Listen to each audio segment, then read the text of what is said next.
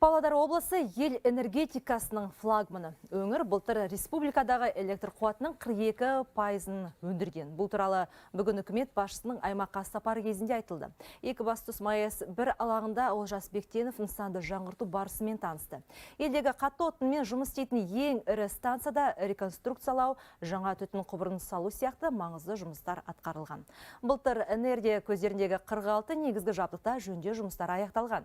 Нәтижесінде жылу желілерінің 37 шақырымы жаңғырды. Осылайша тозу деңгейі 1,5%-ға төмендетілді.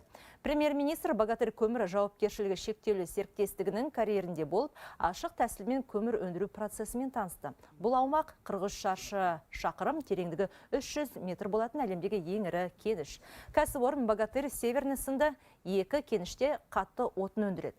Қазіргі уақытта өндірістік процестерді автоматтандыру кезеңі аяқталды. Енді мұнда жасанды интеллект мүмкіндіктері қатар қолданылмақ. Осы мақсатта жүк ағын оңтайландырушы және тау-кен жұмыстарын жоспарлау секілді қос жобаны іске асыру көзделген. Біздің бүгінгі осы күні станциямызда 1481 адам жұмыс істейді.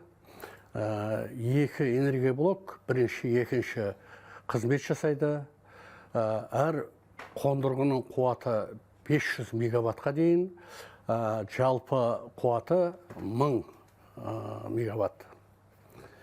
Өткен жылғы біздің жаңағы жалпылама сан бойынша 5,3 миллиард киловатт сағат өндірілді. 2026 жылға 6000 миллиард киловатт сағат жоспарланып отыр.